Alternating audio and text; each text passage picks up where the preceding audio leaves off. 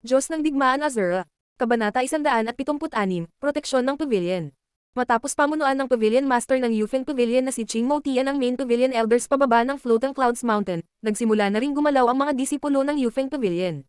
Lahat ng Martial God Realm Disciples at Elders ay sumunod sa Pavilion Master pababa ng Floating Clouds Mountain upang harapin ang kalaban, habang ang iba pang mga disipulo ay inayos ng Elders na pumasok sa iba't ibang formation course, naghahanda na i-activate ang Pavilion Defense Formation.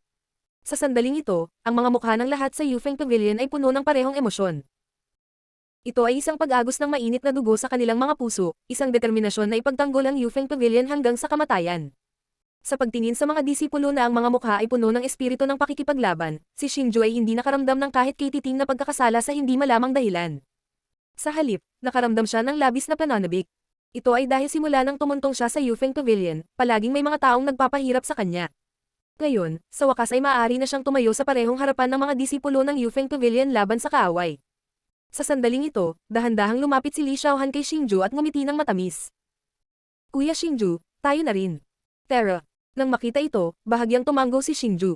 Pagkatapos, lumipad silang dalawa pababa ng Floating Cloud Mountain sa napakabilis na bilis. Mayroong halos 1,000 disipulo sa Yufeng Pavilion, at may humigit kumulang 300 na nakarating sa Martial God Realm. Sa sandaling ito, ang lahat ng mga disipulo na nakarating sa Martial God Realm ay nakatayo sa paanan ng Floating Clouds Mountain.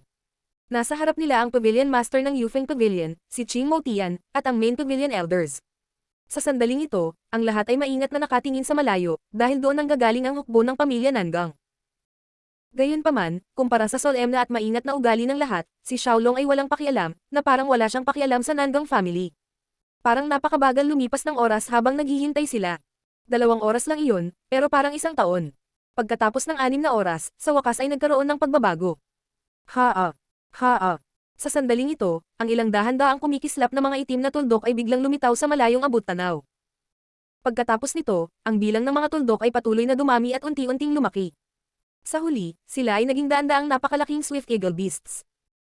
Sa likod ng Swift Eagle Beasts ay nakaupo ang mga alagad na nakasuot ng mahabang berdeng damit. Sa sandaling ito, lumilipad sila patungo sa Wind Resistance Pavilion sa napakabilis na bilis. Nandito na sila sa wakas. Lalong naging solemna ang ekspresyon ni Xingju habang pinagmamasdan ng mga pinaaamon na agila na papalapit. Habang patuloy na lumalapit ang kawan ng mga pinaamon na agila, natuklasan ng karamihan na mayroong 9 na matatandang lalaki na may malalim na aura sa pinakaharap ng kawan ng Swift Eagles. Ang ilang matatandang ito ay hindi nakasakay sa kanilang pinaamon na mga agila. Sa halip, ipinapapakpak nila ang kanilang madilim na pulang pakpak at pumailang lang sa langit. Halata na sila ang pangunahing puwersa ng pamilya Nangang. At sa gitna nitong 9 na tao, may isang matandang lalaki na nakasuot ng gintong balabal. Kung titingnan sa kanyang hitsura, siya dapat ang kasalukuyang Palace Master ng Nangang family.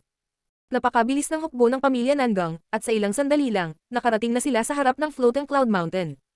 Gayunpaman, huminto sila ilang libong metro ang layo mula sa Yufeng Pavilion. Pagkatapos, daan-daang Swift Eagles ang umikot sa kalangitan, at isa-isa, dumaong sila sa lupa. Tunay na kagilahil-alas ang eksena. Pagkalapag ng Swift Eagle, ang mga disipulo at matatanda ng pamilya Nangang ay bumaba mula sa Swift Eagle at pumila ng maayos sa isang parisukat na porma sayon. Bagamat ilang daang disipulo lamang ang dinala ng pamilya Nangang sa pagkakataong ito, lahat sila ay mga elite ng pamilya Nangang, at bawat isa sa kanila ay isang martial god. Sa pagtingin sa mga disipulo ng pamilya Nangang na lumalaban na sa kanila, hindi na napigilan ng mga disipulo ng Yufeng Pavilion ang pananabik sa kanilang mga puso. Hindi na sila makapaghintay na atakihin at turuan ng leksyon ng mga mayayabang na disipulong iyon ng pamilya Nangang. Dahan-daang humakbang ng ilang hakbang pasulong ang Palace Master ng pamilya Nangang. Nang siya ay lumabas, ang Yufeng Pavilion's Pavilion Master at ang mga elder ay mataimtinding tumingin sa kanya. Ching Mo Tian, tatanungin kita sa huling pagkakataon. Hanggat ibibigay mo si Xingju sa pamilya Nangang, maiiwasan ang labanang ito. Sumigaw ang Palace Master sa Pavilion Master ng Yufeng Pavilion na si Ching Mo Tian. Bakas sa tono niya ang pagmamataas. Tumigil ka sa pagsasalita ng kalokohan. Kung gusto mong makipag-away, mag-away lang tayo. Bakit ba ang dami mong kalokohan? Gayunpaman, sa sandaling matapos magsalita ang Palace Master, bago pa makasagot si Ching Mo Tian, biglang sumugod si Xiaolong palabas at itinuro ang Palace Master at pinagalitan siya. Sino ka? Matapos makita si Xiaolong, ang Palace Master ng pamilya Nangang ay natigilan. Hindi lang siya, kundi lahat ng Nangang family ay tumingin din kay Xiaolong na may kakaibang tingin. Hindi pa sila nakakita ng ganoong nilalang. Bakit may pakialam ka kung sino ako? Kung gusto mong lumaban, lumaban ka. Kung ayaw mong lumaban, mawala ka. Tumigil ka lang sa pagsasalita ng kalokohan. Malamig na sagot ni Xiaolong sa tanong ng Palace Master. Ang kanyang mapanghamak na ekspresyon ay nagpapakita na hindi niya sineseryoso ang Palace Master. Matapos marinig ang mga salita ni Xiaolong, ang mukha ng Palace Master ay agad na naging pangit. Kung tutusin, siya ang Palace Master ng Nangang family. Ngayong pinahiya siya sa harap ng mga alagad ng pamilya Nangang, nasaan ang mukha niya? Gayunpaman, hindi siya kaagad nagbigay ng utos na salakayin ang Yufeng Pavilion. Sa halip, nagngangalit siya ng ngipin at tinitigan si Xiaolong na parang may iniisip. Sa totoo lang, hindi niya talaga gustong magsimula ng digmaan sa Yufeng Pavilion. Kung tutusin, ang lakas ng Yufeng Pavilion ay mahina lang ng bahagya kaysa sa Nangang family. Kung talagang magsisimula ng digmaan silang dalawa, tiyak na mababawasan ang lakas ng pamilya Nangang. Originally, may kislap pa rin siyang pag-asa. Naisip niya na kapag dumating ang hukbo ng pamilya Nangang, magagawa nilang bantaan ang Yufeng Pavilion at gawin silang kompromiso. Gayunpaman, hindi niya inasahan na ang karaniwang mahinang Yufeng Pavilion ay talagang magiging matigas ang ulo. Halata na handa silang magsimula ng digmaan sa kanila. Ang mga salita ni Xiaolong ngayon ay naglagay sa kanya sa isang dilema. Palace Master, bilisan mo at mag-order ka. Hanggat ikaw ang mag-uutos, sisirain natin ang Yufeng Pavilion ngayon. Nang nag-aalangan ng Palace Master, ang elder na pinagsabihan ni Elder Feng sa Ancient Ruins ay pumunta sa harap ng Palace Master at hinimok siya. Tama, Palace Master. Napakababa talaga ng Yufeng Pavilion sa ating Nangang family.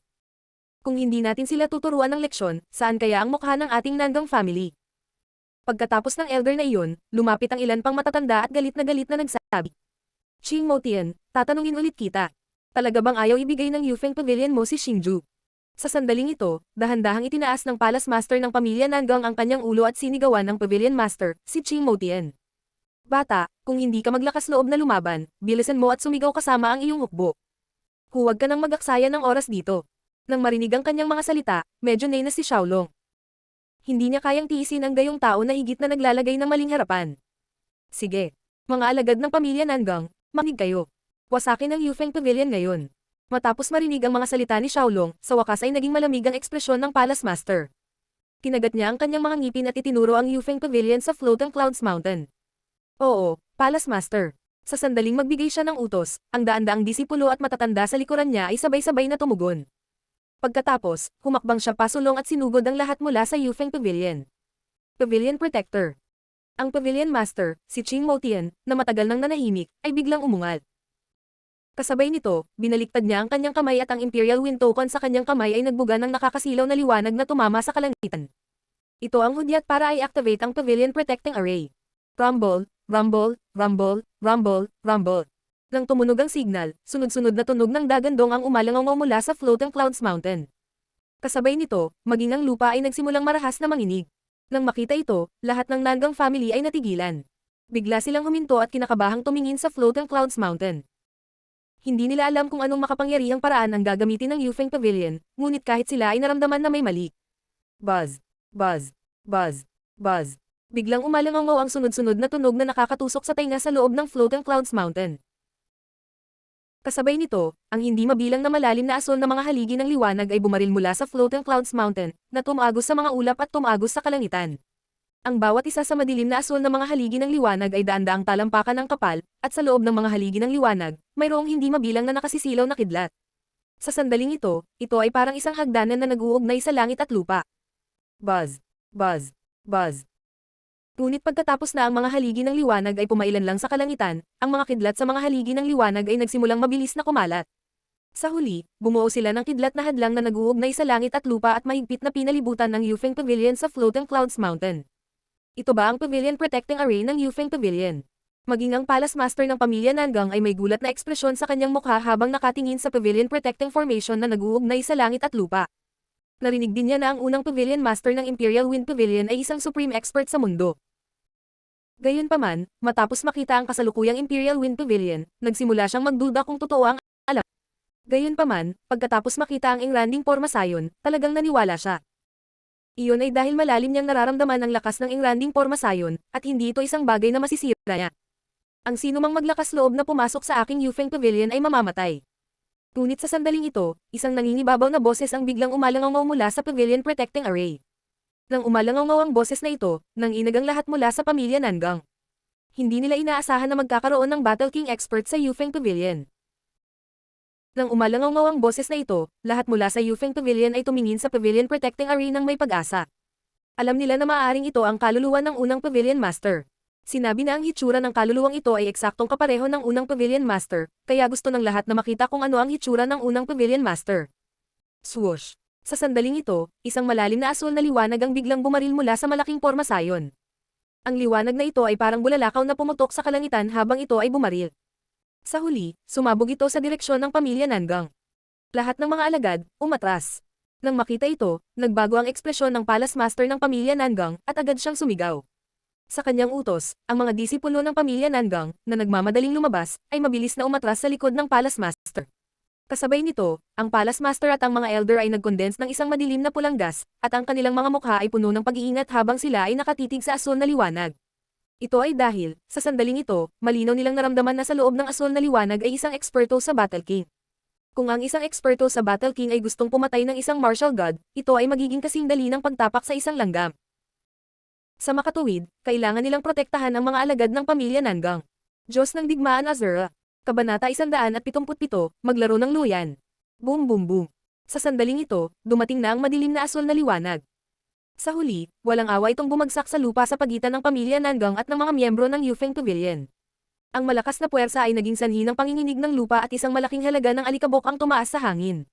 Sa sandaling ito, lahat ng naroroon ay nakatingin sa lugar kung saan nagkalat ang alikabok. Gusto nilang makita ang mukha ng tao. Nang kumalat ang alikabok, nagulat ang lahat ng matuklasan na wala ni isang tao sa lugar. Sa halip, napalitan ito ng isang malaking malalim na hukay. Ang puting singaw ay patuloy na ibinubuga mula sa malalim na hukay. Ngunit sa sandaling ito, alam ng lahat na ang taong iyon ay tiyak na nasa malalim na hukay. Kaya naman, lahat sila ay nagpipigil ng hininga at tumitig sa malalim na hukay nang hindi kumukurap. Ilang sandali, naging abnormal na tahimik ang lupain, at ang tanging maririnig ay ang banayad na simoy ng hangin na dumaan. Thump, thump, thump, thump. Sa sandaling ito, maririnig ang malinaw na yabag mula sa bunganga. Pagkatapos, dahan-dahang lumabas ang isang figure mula sa bunganga. Ito ay isang lalaki na may dark blue na katawan at sobrang pinong mukha. Ang maitim na asul na buhok ng lalaki ay nililipad sa hangin at ang mahabang damit na suot nito ay tila maspino. Sa sandaling ito, may hawak siyang maitim na asul na mahabang espada at galit na galit siyang nakatingin sa mga tao mula sa pamilya Nangang. Yung mga pumapasok sa aking Yufeng Pavilion. Mamatay. Gayunpaman, sa sandaling ito, dahan-daang ibinuka ng lalaki ang kanyang bibig at sinabi ang bawat salita. Matapos marinig ang boses na ito, maging ang mga matatanda ng pamilya Nangang ay nanginag. Ramdam na ramdam nila ang matinding pagpatay na nakapaloob sa pangungusap na ito. Bang! Sa sandaling ito, ang lalaki ay humakbang pasulong at isang pares ng madilim na asul na pakpak ang bumungad sa kanyang likuran. Pagkatapos, siya ay naging isang madilim na asul na sinag ng liwanag at bumaril patungo sa mga tao mula sa pamilya Nangang. Disipulo ng Yufeng Pavilion, protektahan ang pavilion.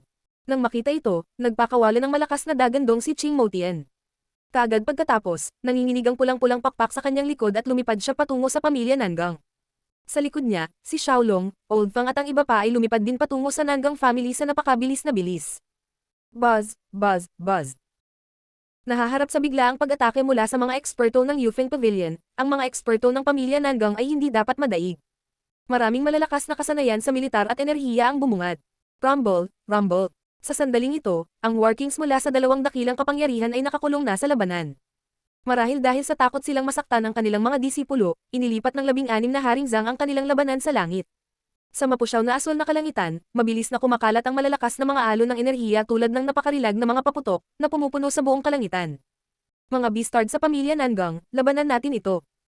Sa sandaling ito, ang mga disipulo ng Yufeng Pavilion ay nabalisa. Sa wakas, pagkatapos ng dagandong ni Xingju, sinugod nila ang mga disipulo ng Nangang Nobles. Sa orihinal, ang Nangang Nobles ang umaatake sa Yufeng Pavilion.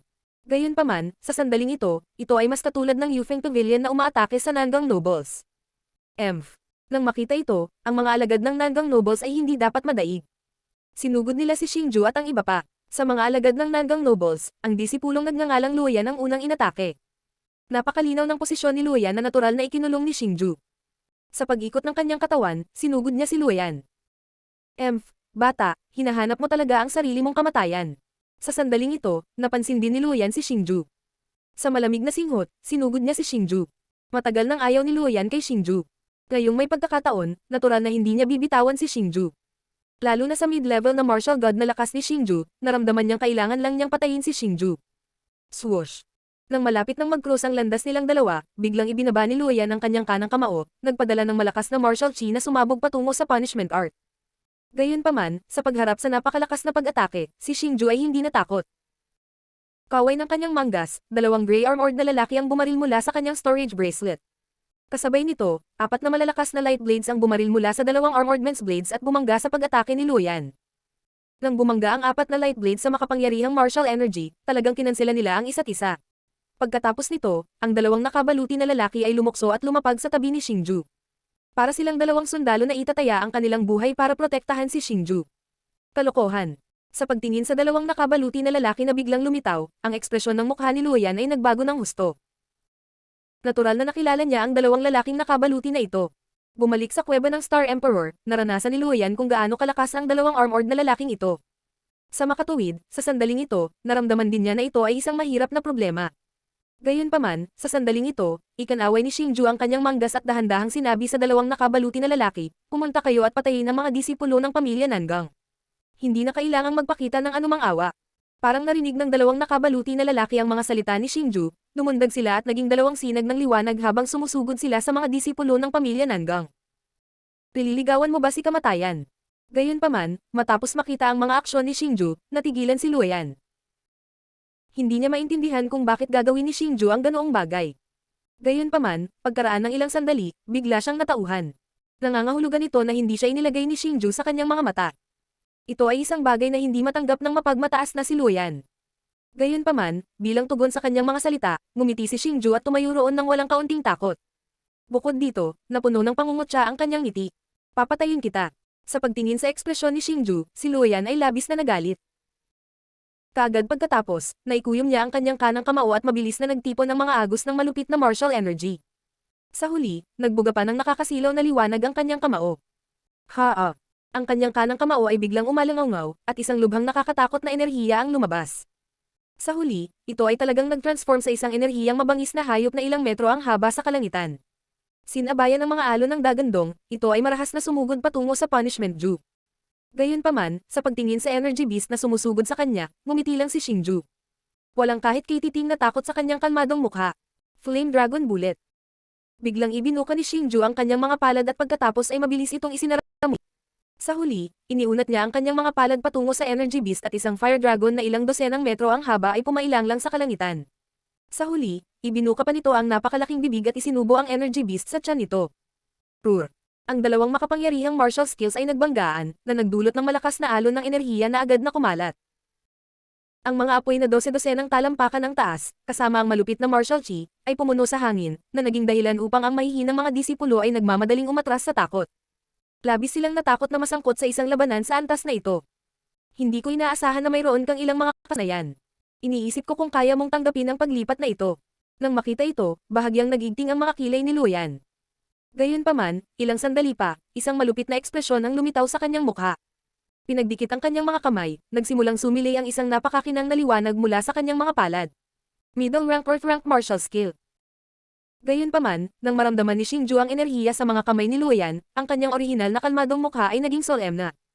Pakiramdam niya ay isa itong napakalakas na martial skill. Runic Wave. Sa sandaling ito, biglang umunat ang mga palad ni Luyan at bumarilang isang energy wave na katulad ng devouring wind pump. Sa loob ng alon ng enerhiya na ito, walang magkakapatong na mga palad ng liwanag. Sa halip, ito ay isang katawan ng enerhiya na puno ng lahat ng uri ng rune. Ang nakakatakot na aura ng enerhiya ay inilabas mula sa mga rune na ito. Espiritual na pagsabog. Nahaharap sa napakalakas na kasanayan sa militar, si Xingju ay hindi nang ahas na maging mabagal kahit kaunti. Sa isang dagandong, ang itim na espiritual na enerhiya ay lumabas mula sa kanyang katawan.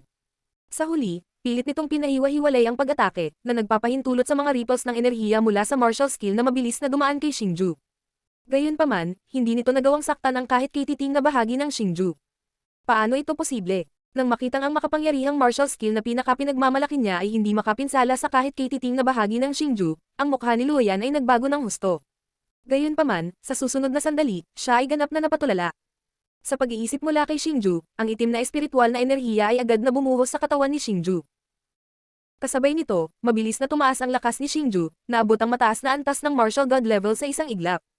Nang maramdaman ni Luyan ang mga pagbabago sa execution art, ang kanyang orihinal na gulat na mukha ay naging purple. Iyon ay dahil hindi niya akalain na ang lakas ng execution art ay talagang tataas. Ang napakalakas na pamamaraan ay isang bagay na hindi pa niya narinig noon. Luyan, ngayon ang buhay mo. Kukunin ko ito. Sa sandaling ito, kinuyam ni Xingju ang kanyang mga kamay at dalawang gininto ang Ryzen Dragon Blades ay nag-condense. Kasunod nito, tinitigan niya si Luoyan.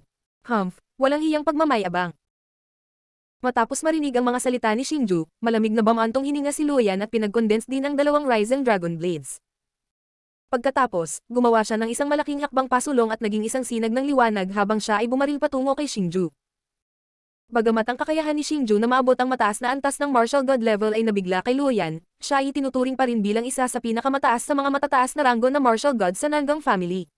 Maliban kay Lin Yi, masasabing siya ang pinakamalakas na pangunahing alagad ng palasyo sa pamilya Nangang. Sa makatuwid, hindi niya akalain na makakalaban siya ni Xingju gamit ang lakas na nakuha sa pamamagitan ng lihim na pamamaraan. Gayunpaman, sa pagharap sa pag-atake ni Luoyan, si Xingju ay hindi natakot.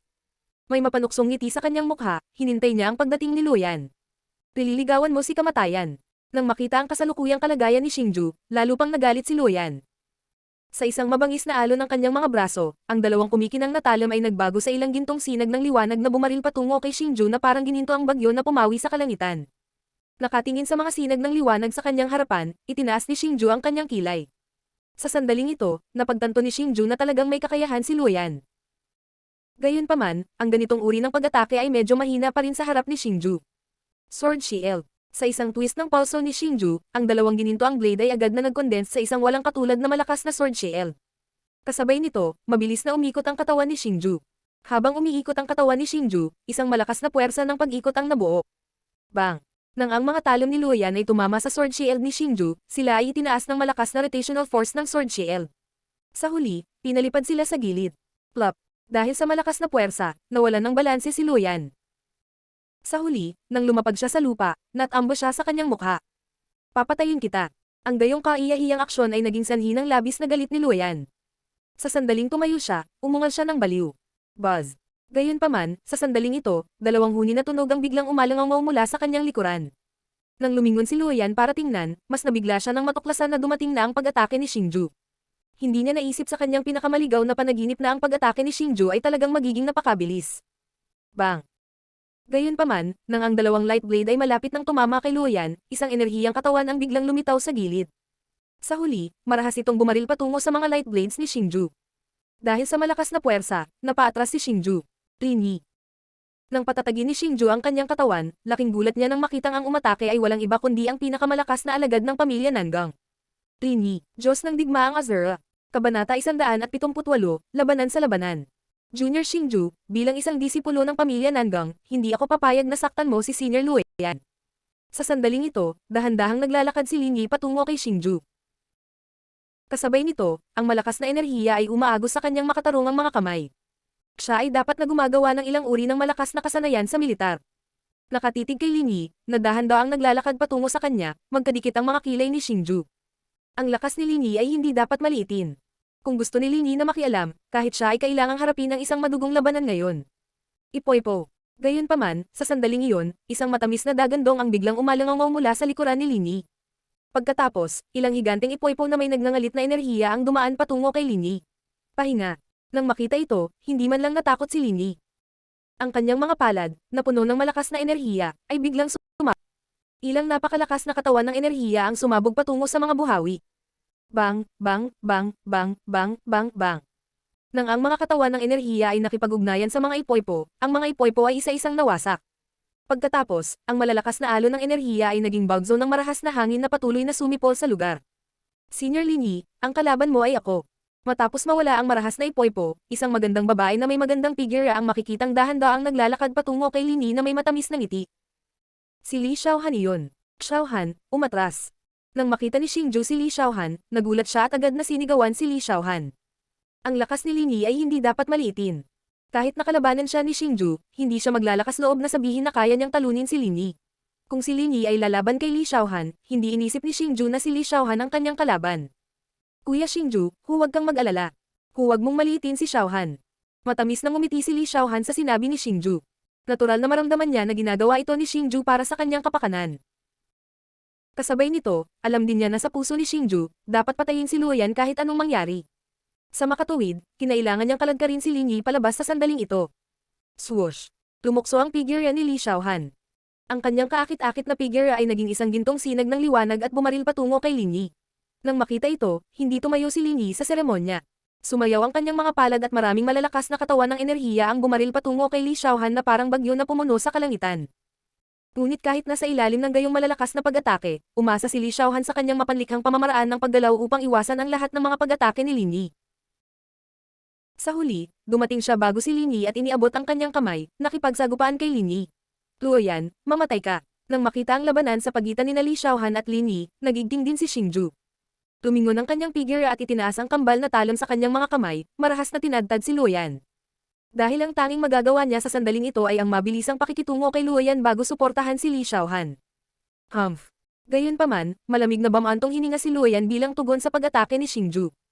Kaagad pagkatapos, itinaas niya ang kambal na talon sa kanyang mga kamay, na nagdala ng mga sinag ng gininto ang liwanag habang sumusugod siya kay Xingju. Swish, swish, swish. Klang, klang, klang. Apat na gintong talon ang nag-intertwine sa isa't isa habang ang malalakas na alon ng enerhiya ay patuloy na kumakalat. Kasabay nito, ilang nagninangning na kislap ang nagwisik pababa. Ang gayong matinding labanan ay naging dahilan upang mapabuntong hininga sa paghanga ang mga nakapaligid na alagad. Pagkatapos ng lahat, ang dalawang ito ay ang nangungunang mga alagad ng kani-kanilang paksayon. Gayunpaman, pagkatapos ng ganoong matinding labanan, nagulat si Luoyan nang matuklasan niya na hindi niya talaga kayang sugpuin si Xingju. Sa kabaligtaran, mahigpit siyang pinigilan ni Xingju. Unti-unti, nagsimula siyang hindi makayanan ang malabagyo na pag-atake ni Xingju. Swish, swish. Sa sandaling ito, isa pang dalawang sinag ng gintong liwanag ang kumislap. Sa pagkakataong ito, hindi napigilan ni Luoyan ang pag-atake ni Xingju. Kasabay ng pagkislap ng sinag ng liwanag ay biglang tumalsik ang dalawang agos ng dugo mula sa kanyang dibdib. Ang mga alon ng sakit ay mabilis na kumalat mula sa kanyang dibdib. Ling Yi, iligtas mo ako. Sa sandaling ito, sa wakas ay napagtanto ni Luoyan na hindi siya ang kalaban ni Xingju. Kaya naman, wala na siyang pakialam sa kanyang mukha at sumigaw patungo kay Ling Yi. Junior Sister Xiaohan, huwag mo akong sisihin sa pagiging impolite. Matapos makita ang kasalukuyang sitwasyon ni Luoyan, isang malupit na ekspresyon ang lumitaw sa orihinal na malamig na mukha ni Ling Yi. Ikanaway niya ang kanyang mga braso at makapangyarihang katawan na agad na bumaril kay Li Xiaohan. Gayunpaman, sa sandaling ito, ang mga katawan ng enerhiya ay mas malakas kaysa dati, maging ito sa mga tuntunin ng bilis o kapangyarihan. Starlight Sky. Sa harap ng napakalakas na pag-atake, ang ekspresyon ni Li Xiaohan ay nagbago ng husto. Agad siyang umatras. Sabay lahad ng mga kamay niya sa harapan niya. Ang liwanag ng bituin na pumuno sa kalangitan ay bumuhos mula sa kanyang mga palad at namuo sa isang siksik na harang ng liwanag ng bituin. Bang, bang, bang, bang, bang, bang, bang. Sa sandaling ito, dumating na ang pag-atake ni Ling Yi. Ang mabangis na pag-atake ay patuloy na binomba ang defensive barrier ni Li Xiaohan. Ang malakas na enerhiya ay patuloy na kumakalat, at sa huli, ito ay talagang pilit na hinaranggan ang defensive barrier ni Li Xiaohan. Xiaohan. Sa sandaling ito, natural na nakita ni Xingju ang sitwasyon ni Li Xiaohan. Kaagad, naisakatuparan niya ang Imperial Wind Technique sa mga limitasyon nito at nawala sa isang iglap. Nang muli siyang lumitaw, nasa likod na siya ni Luoyan. Blade Slash. Sa sumunod na sandali, biglang iwinagayway ni Xingju ang kanyang mga braso. Isang kabuuan ng 6 na blade slashes, na sinamahan ng nakakasilaw na gininto ang sinag ng liwanag at whooshing sounds, ang sumabog patungo sa 6 na nakamamatay na spot sa katawan ni Luoyan. Sa oras na nag-react si Luoyan, dumating na ang 6 na light blades. Sa pagtingin sa mabilis na paglaki ng 6 na light blades, ang mukha ni Luoyan ay agad na namutla. Iyon ay dahil, sa ganoong kalapit na distansya, wala na siyang anumang paraan para harangan sila. Boom boom boom. Ang 6 na light blades ay nabasag sa katawan ni Luoyan. Ang malakas na puwersa ay nagpalipad sa kanya ng ilang daang metro ang layo bago lumapag sa lupa. Sa sandaling ito, si Luoyan ay nasa sobrang miserableng kalagayan. Bagamat hindi siya binawian ng buhay, wala siyang pinagkaiba sa isang paylay. Uchi. Gayunpaman, sa sandaling ito, isang gintong sinag ng liwanag ang biglang kumislap. Marahas na bumulwak ang sariwang dugo mula sa leeg ni Luoyan. Kasabay nito ang tuluyang pagbagsak ng kanyang katawan, hindi na humihinga. Boom boom boom. Gayunpaman, tulad ng pagpatay ni Xingju kay Luoyan, bigla siyang nakarinig ng nakakabinging pagsabog mula sa direksyon ng labanan ni Li Xiaohan at Ling Yi. Ang gayong marahas na pagsabog ay naging sanhi ng pagkagulat ni Xingju. Kaagad, sabik siyang tumingin sa direksyon ni Li Xiaohan. Little Han. Gayunpaman, nang makita ni Xingju ang labanan, nagulat siya nang matuklasan na si Li Xiaohan ay bumagsak na sa lupa. Sa sandaling ito, masasabing puno na ng mga sugat ang kanyang katawan. Maging ang kanyang matamis at magandang mukha ay may mga galos, habang dahan-dahang umaagos ang dugo sa gilid ng kanyang bibig. Ling Yi, nililigawan mo si kamatayan. Matapos makita ang kasalukuyang kalagayan ni Li Xiaohan, ang buong katawan ni Xingju ay nagsimulang manginig ng husto. Kasabay nito, agad na kumalat ang mga alon ng nakakatakot na layuning pagpatay. Parang invisible armor, umikot ito sa katawan ni Xingju. Bang! Pagkatapos noon, ang figure ni Xingju ay lumundag na parang baliw na hayop, parahas na sumugod kay Lin Yi. Pagtingin kay Xingju na nagmamadaling lumapit, nagbago ang ekspresyon ni Lin Yi. Nararamdaman niya kung gaano kay-takot si Xingju sa sandaling ito. Ito ay isang estado kung saan nawala ang kanyang pagiging makatwiran. Sa sandaling ito, wala na ang maaraw na aura sa katawan ni Xingju. Ang tanging naramdaman ay isang nakakatakot na layunin ng pagpatay. Maliban sa killing intent, mas marami ang killing intent. Mahinang arrow rain. Nang makita ito, si Lin Yi ay hindi nang ahas na magkaroon ng kahit kititing na kawalang ingat. Nakalahad ang magkabilang palad niya, at ang mga agos ng malakas na enerhiya ay mabilis na namuo. Pagkatapos noon ay biglang nagunat ang magkabilang palad niya.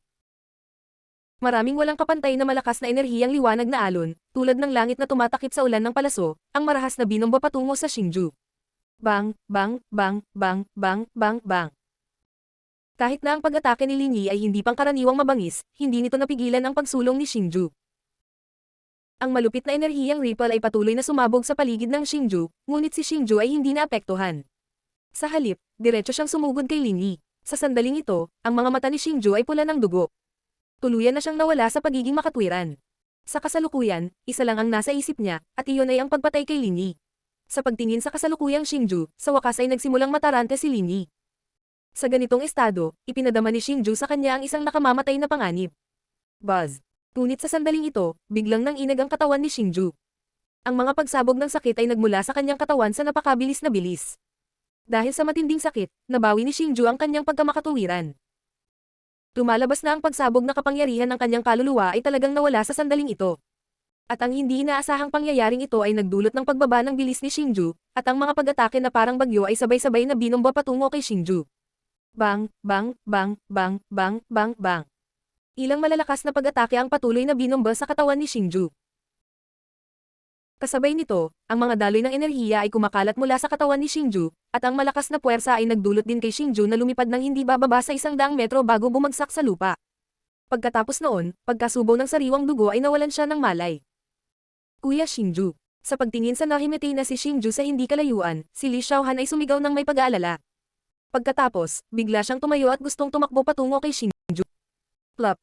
Gayunpaman, sa sandaling ito, si Li Xiaohan ay nasa malubhang pinsala na. Masasabing sobrang hina ang kanyang katawan. Pagkatayo pa lang niya ay muli siyang bumagsak sa lupa. Nang makita ito, nagmamadaling kumuha si Li Xiaohan ng isang Saint Medicinal Pill at itinapon ito sa kanyang bibig. Gayunpaman, pagkatapos gumaling ang kanyang katawan, nagulat siya nang makitang wala na talagang aura si Xingju. Kuya Xingju. Matapos maramdaman ang pagbabago kay Xingju, sumigaw si Li Xiaohan ng hysterically. Kasabay nito, ang napakalinaw na luha ay tumakip sa kanyang gwapong mukha, at ang sakit sa kanyang puso ay halata sa sarili. Gayunpaman, pagkaraan ng ilang sandali, biglang lumingon si Li Xiaohan at tumingin kay Lin Yi na may nakamamatay na tingin. Pagkatapos, ginamit niya ang buong lakas niya para alalayan ang nanginginig niyang katawan. Kasabay nito, nagsimula ring bumuga ang mahinang berdeng gas mula sa kanyang katawan. Ubo-ubo-ubo. Gayunpaman, nang malapit ng ilunsad ni Li Xiaohan ang kanyang pinakamalakas na pag-atake kay Lin Yi, ang nahimatay na si Xingju ay biglang umubo ng marahas, at ang kanyang nawawalang aura ay nakabawi din. Sa katunayan, ang dahilan kung bakit nawala ang aura ni Xingju ay dahil sa epekto ng Jade Pendant na Soul Devouring Order. Isa itong paraan na legal iligtas buhay, ngunit nang magising si Xingju, nawala rin ang kakaibang epektong iyon. Kuya Xingju. At ang biglaang pagbabagong ito ay nakatawag din ng atensyon ni Li Xiaohan. Nang makita niya na talagang nagising si Xingju, ang kanyang orihinal na malamig na mukha ay agad na nagpakita ng pagtataka. Pagkatapos, nagmamadali siyang tumakbo patungo kay Xingju. Matapos makitang nagising si Xingju, nakahinga rin ng maluwag si Lin Yi. Pagkatapos, sinulyapan niya ang patay ng siluyan at walang magawang bamantong hininga. Pagkatapos, sa isang paglukso ng kanyang katawan, lumipad siya patungo sa iba pang larangan ng digmaan. Sa totoo lang, may magandang impresyon si Lin Yi kina Xingju at Li Xiaohan. Wala siyang intensyon na saktan sila, ngunit sa parehong oras, ayaw niyang mapahamak ang mga alagad ng pamilya Nangang. Bagamat napakalakas ni Lin Yi, nang salakayin niya ang mga disipulo ng Yufeng Pavilion, ito ay para protektahan ang mga disipulo ng pamilya Nangang. Dati, kapag nasaktan niya sina Li Xiaohan at Xingju, talagang wala siyang magawa. Diyos ng Digmaan Azura. Kabanata 179, Remote Antiquity Elder. Kuya Xingju. Pagkarating ni Li Xiaohan sa tabi ni Xingju, mabilis niyang pinasok ang Saint Medicine Pill sa bibig ni Xingju at balisang tumitig kay Xingju. Matapos makapasok ang treasure pill sa kanyang bibig, ang mga pinsala ni Xingju sa wakas ay nagsimulang bumuti. Maging ang mapatla niyang mukha ay nagsimulang mamula. Ang Saint Medicine Pill ay isang gamot sa pagpapagaling, lalo na para sa mga martial gods, nagkaroon ito ng epekto ng pagbuhay sa mga patay. Bagamat si Shinju ay lubhang nasugatan, hanggat ang kanyang kaluluwa ay hindi nasaktan, ang Saint Medicine Pill ay lubos na makapagpapagaling sa kanya. Matapos gumaling ang kanyang katawan, napagtanto ni Shinju na si Li Xiaohan ay nakaupo sa tabi niya. Nakatitig sa kanya ang bahagyang pula nitong mga mata. Xiaohan, okay ka lang. Nang makita ito, mabilis na tumayo si Shinju at hinawakan ang mga balikat ni Li Xiaohan. Sabik siyang tumingin kay Li Xiaohan, natatakot na siya ay nakaranas ng nakamamatay na pinsala. Kuya Shinju, buti naman at ayos ka. Gayunpaman, sa sandaling ito, biglang yumakap si Li Xiaohan sa yakap ni Shinju. Puno ng luha ang maganda niyang mukha. Silly girl, huwag ka kasing maging walang ingat sa hinaharap. Nang makitang maayos si Li Xiaohan, ngumiti si Shinju at ginamit ang kanyang maruruming kamay upang marahan na hinaplos ang mahabang buhok ni Li Xiaohan. Para kay Shinju, ang kaligtasan ni Li Xiaohan ang pinakamahalagang bagay. Swoosh! Gayunpaman, sa sandaling ito, umalangaw sa kalangitan ang ingay ng paghampas ng hangin. Pagkatapos, isang asul na liwanag ang kumislap sa kalangitan at mabilis na lumipad patungo sa direksyon ni na Shinju at Li Xiaohan. Sa huli, dumaong ito sa patag na lupa hindi kalayuan sa Shinju. Boom boom boom. Nang lumapag ang bagay sa lupa, agad itong nagdulot ng nakakatalom na dagandong. Ang malakas na epekto ay nagdulot ng pagtaas ng alikabok sa lahat ng direksyon. Ang malaking dami ng alikabok ay agad na kumalat sa paligid ng Shinju. Ito ay, nang mawala ang alikabok, nagulat si Shinju nang matuklasan na ang espiritual na lakas ng unang Pavilion Master ang bumagsak sa lupa. Gayunpaman, sa sandaling ito, ang aura ng strand ng spiritual strength ay medyo hamina na ng kaunti. Maging ang hugis ng kanyang espiritual na lakas ay naging mas malabo. Ang kanyang orihinal na malalim na asul na katawan ay naging isang malabong bughaw, halos transparent na estado. Bakas lang ng espiritual na enerhiya. Paano ito magiging katugma para sa akin? Sa sandaling ito, nagmula sa langit ang mapanuksong boses ng isang matandang lalaki. Pagtingin, si Shinju ay nabigla nang matuklasan na ito ay ang elder ng pamilya Nangang mula sa ancient ruins. Bang! Gayunpaman, nang matapos siyang magsalita, ang espiritual na katawan ay lumukso pasulong, na naging isang maputlang asul na daloy ng liwanag habang ito ay bumaril patungo sa nakatatanda. Sa sandaling ito, ang katawan ng Soul Force ay aktwal na nagsimulang maglabas ng mga alon ng puting ambon, dahan-daang tumataas na parang nagliliyab na apo. Higit pa rito, ang kapangyarihan nito ay patuloy na pumailang lang sa sandaling ito.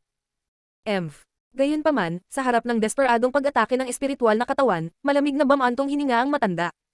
Walang nikititing na takot sa mukha niyang matanda na. Bigla niyang itinulak ang kanyang kanang kamao at isang napakalakas na dark red energy ang lumabas mula sa kanyang kamao. Sa huli, mabangis nitong binomba ang espiritual na katawan. Bang! Habang nagsasalpukan ng dalawang puwersa, isang malakas na alon ng enerhiya ang agad na kumalat mula sa langit. Ang dark red gas at ang malabong asul na gas ay nag-intertwine, lumilitaw na sobrang kahanga-hanga. O hindi. Gayunpaman, habang tinitingnan niya ang napakagandang energy ripple, mahigpit na nagsalubong ang mga kilay ni Shinju. Ito ay dahil naramdaman niya na ang espiritual na lakas ng unang Pavilion Master ay ganap na nawala sa sandaling ito. Sa ganitong paraan, mayroon na lamang 8 Battle Kings ang natitira sa panig ng Yufeng Pavilion. Higit pa rito, sa sandaling ito, ang 8 Battle Kings ay mahigpit na idiniin ng mga eksperto ng pamilya Nangang. Sa kasong ito, kahit saang labanan sumali ang matanda sa pamilya Nangang, magagawa niyang sugpuin ang kabilang partido. Ang sumusunod na sitwasyon ay talagang hindi maganda para sa Yufeng Pavilion. Sa katunayan, tulad ng nahulaan ni Shinju, nang mawala ang energy ripple, ang espiritual na lakas ng unang Pavilion Master ay nawala na. Sa sandaling ito, ang elder ng Nangang family ay nakatitig kina Shinju at Li Xiaohan na may walang pakialam na tingin. Bukod dito, may nakakatakot na ngiti sa kanyang mukha. Xiaohan, umalis ka dali. Nang makita ito, biglang tumayo si Shinju at tumayo sa harap ni Li Xiaohan. Naramdaman niya na sasalakayin siya ng matanda at si Li Xiaohan. Ha, umalis ka, sa tingin mo makakalis ka na. Matapos marinig ang mga salita ni Shinju, biglang tumawa ang matanda. Kasunod nito, bigla niyang sinunggaban sina Shinju at Li Xiaohan. Naramdaman ni Shinju ang nakapalibot na spatial energy na mabilis na pumipilit sa kanya.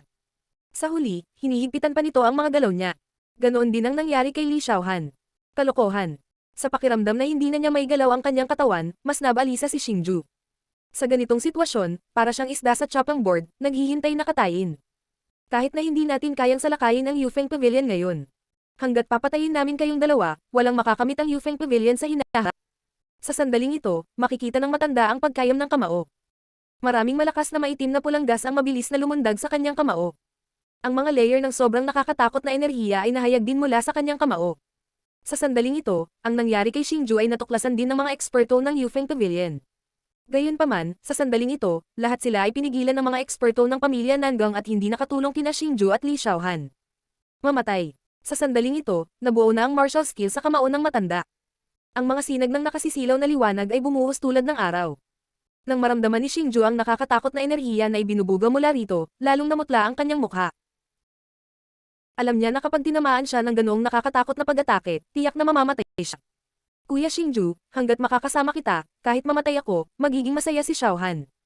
Gayunpaman, sa sandaling ito, biglang, isang matamis na boses ang umalangaw sa mga tainga ni Xingju. Bagamat hindi makagalaw ang katawan ni Xingju sa sandaling ito, malalaman niya sa boses na si Li Xiaohan ang nagpadala ng voice transmission. Matapos marinig ang mga salita ni Li Xiaohan, nakaramdam si Xingju ng bakas ng kapitan sa kanyang puso. Dati, sinabi niyang paprotektahan niya si Li Xiaohan at dahil dito, nagsanay siya ng husto. Gayunpaman, ngayong nasa panganib muli si Li Xiaohan, wala na siyang kapangyarihan. Mamatay. Sa sandaling ito, biglang umungal ang matanda. Ikinaway niya ang kanyang kanang braso, naghahanda na maglunsad ng nakakatakot na pag-atake kay Xingju at Xingju. Bang! Gayunpaman, sa sandaling iyon, isang hindi mapapantayang malakas na alon ng enerhiya ang biglang lumabas sa katawan ng matanda. Pagkatapos, ang matanda ay naging isang sinag ng liwanag at bumaril sa malayo. Sa huli, sa isang malakas na putok, nabasag siya sa lupa. Ang malakas na puwersa ay nagdulot ng pagtaas ng alikabok sa lahat ng direksyon. Bukod dito, sa sandaling ito, patuloy na bumaba ang aura ng matanda. Halatang-halata na siya ay malubhang nasugatan. Ang biglaang pagliko ng mga pangyayari ay nakatawag ng atensyon ng mga eksperto ng dalawang dakilang puwersa sa kalangitan. Pagkatapos, lahat sila ay tumingin sa lugar kung saan nahulog ang matanda na hindi makapaniwala. Bang! Gayunpaman, sa sandaling ito, isa sa mga matatanda mula sa pamilya Nangang ay naglabas din ng isang malakas na alon ng enerhiya mula sa kanyang katawan at bumaril sa malayo. Bang! Bang! Bang! Bang! Bang! Bang! Bang! Pagkatapos noon, patuloy na sumasabog ang malalakas na energy ripple sa kalangitan. Sa tuwing sasabog ang isang energy ripple, ang isang eksperto ng pamilya Nangang ay mahuhulog sa lupa. Maging ang makapangyarihang palace master ng pamilya Nangang ay nahulog sa lupa. Ang eksenang naganap sa langit ay naging sanhi ng pagkagulat ng mga alagad ng dalawang paksayon. Sa sandaling ito, lahat sila ay tumigil sa kanilang pakikipaglaban at tumingin sa langit ng hindi makapaniwala. War Emperor. Sa sandaling ito, biglang nagulat si Xiaolong. Nararamdaman niya na ang taong umatake sa mga tao ng pamilya Nangang ay isang War Emperor. Kung hindi, imposible para sa Palace Master ng Nangang family, na isang mataas na antas na Battle King, na tamaan ng walang anumang kakayahang lumaban. Buzz. Sa sandaling ito, ang tunog ng puwang na nap unit ay biglang umalangaw sa tahimik na kalangitan. Pagkatapos, ang figure ng isang matandang lalaki ay dahan-dahang lumabas mula sa kalawakan sa harap ng gulat ng mga mata ng lahat.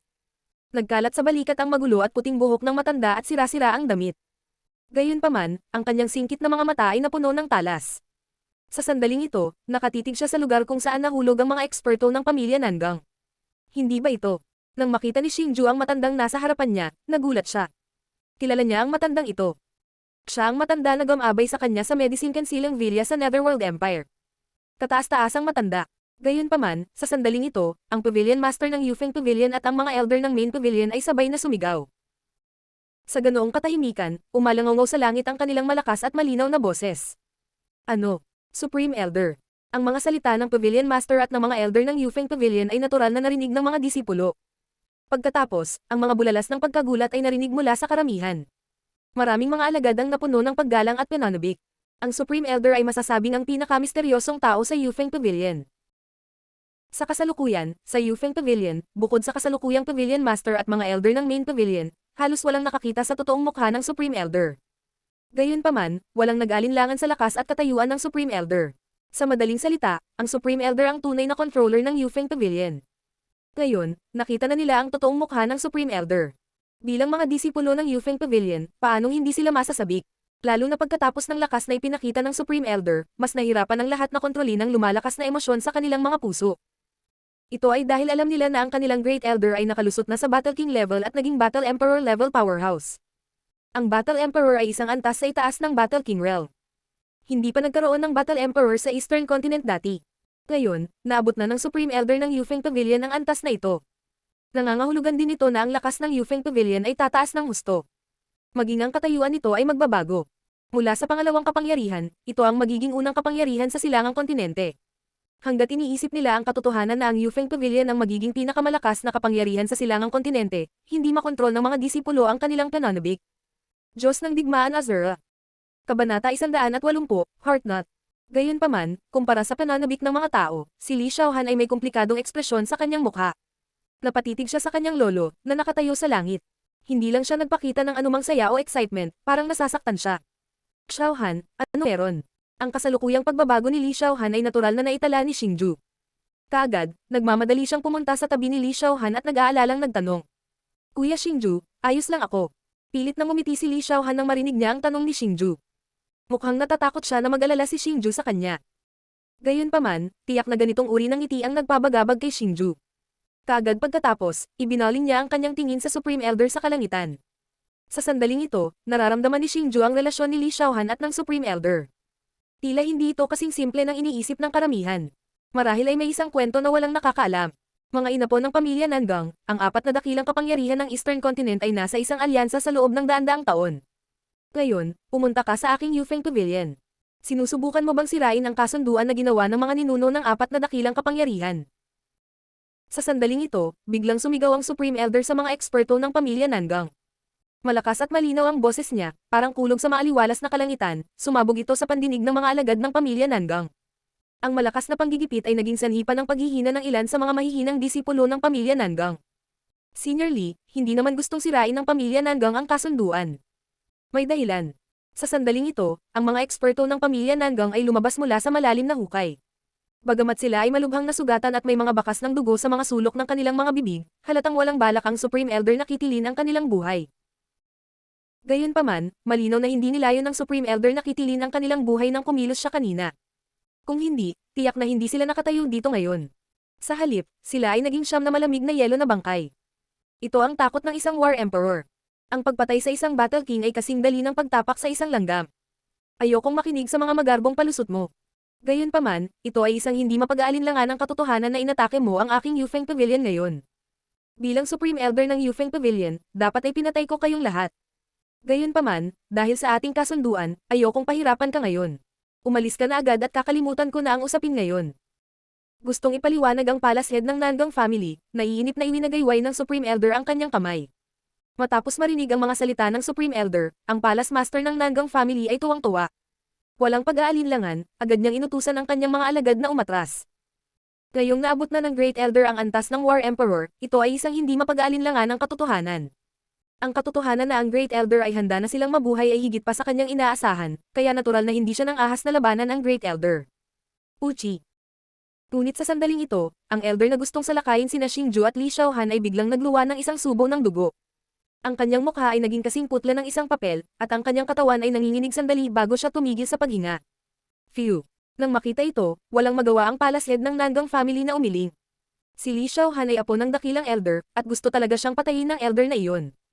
Ngayong naging ganito na siya, sarili na lang niya ang masisisi niya. Pagkatapos nito, ang mga disipulo ng pamilya Nangang ay mabilis na inayos ng mga matatanda upang umupo sa Swift Eagle Beasts.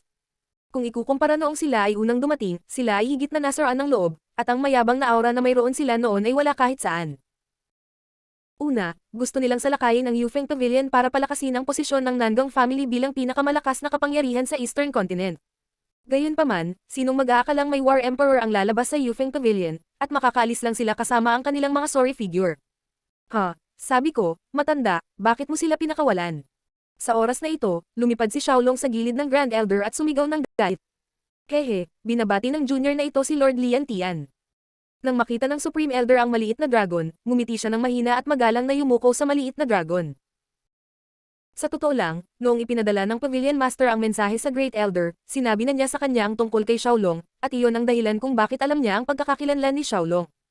Hindi mo pa sinasagot ang tanong ko. Nang makita ito, ngumiti si Xiaolong at naiinip na nagtanong. Bilang tugon kay Lord Lian Tian, ang pamilya Nangang ay hindi kasing simple ng tila. Kung talagang papatayin ko silang lahat dito ngayon, natatakot ako na ang Yufeng Pavilion ay hindi magkakaroon ng kapayapaan sa hinaharap. Nang makitang patuloy na nagtatanong si Xiaolong, nakangiting nagpaliwanag ang Great Elder. Matapos marinig ang mga salita ng Great Elder, si Xiaolong ay nagulat, ngunit hindi niya itinuloy ang bagay na iyon. Kahit na si Xiaolong ay isang mainitan ng ulo, siya ay talagang napakatalino.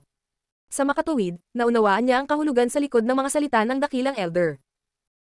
Kung ang Yufeng Pavilion ay may pag-iral tulad ng Great Elder, kung gayon ang Nangang family, bilang numero 1 kapangyarihan sa Eastern Continent, ay dapat magkaroon ng ilang nakakatakot na pag-iral. Gayunpaman, sila ang uri ng matatandang tao na hindi magpapakita ng kanilang sarili hanggang sa katapusan ng Eastern Continent. Pagkaalis ng pamilya Nangang, pinabalik ng mga disipulo ng Yufeng Pavilion, sa pamumuno ng Great Elder, ang mga nasugatan na disipulo sa pavilion para gamutin. Matapos linisin ang kalat ay gabi na. Gayunpaman, sa sandaling ito, walang sinuman sa Yufeng Pavilion ang natutulog. Ang lahat ay nagtipon sa plaza upang ipagdiwang ang kanilang tagumpay. Sa sandaling ito, ang Yufeng Pavilion ay napuno ng kagalakan, at ang kapaligiran ng kagalakan ay pumuno sa buong Yufeng Pavilion. Pagkatapos ng lahat, natalo na nila ang numero 1 kapangyarihan sa Eastern Continent, ang Nangang family. Matapos apihin ng pamilya Nangang, paanong hindi sila matutuwa? Gayunpaman, kung ikukumpara sa kagalakan ng karamihan, tila abala si Li Xiaohan. Samandal siya sa rehas ng pavilion at tumangala sa mga bituin sa langit. Sa sandaling ito, tahimik na sinasamahan siya ni Xingju, tinitingnan ang kanyang komplikadong ekspresyon. Kahit na nahulaan na ni Xingju na may hindi magandang nangyari sa pagitan ni Li Xiaohan at ng kanyang lolo, hanggat hindi nagsasalita si Li Xiaohan, hindi masyadong magtatanong si Xingju. Kuya Xingju. Sa sandaling ito, dahan-dahang lumingon si Li Xiaohan at nakangiting tumingin kay Xingju. Anong problema, Xiaohan? Nang makita ito, nagmamadaling nagtanong si Xingju. Actually, ngayon ang unang beses na makikita ko ang lolo ko.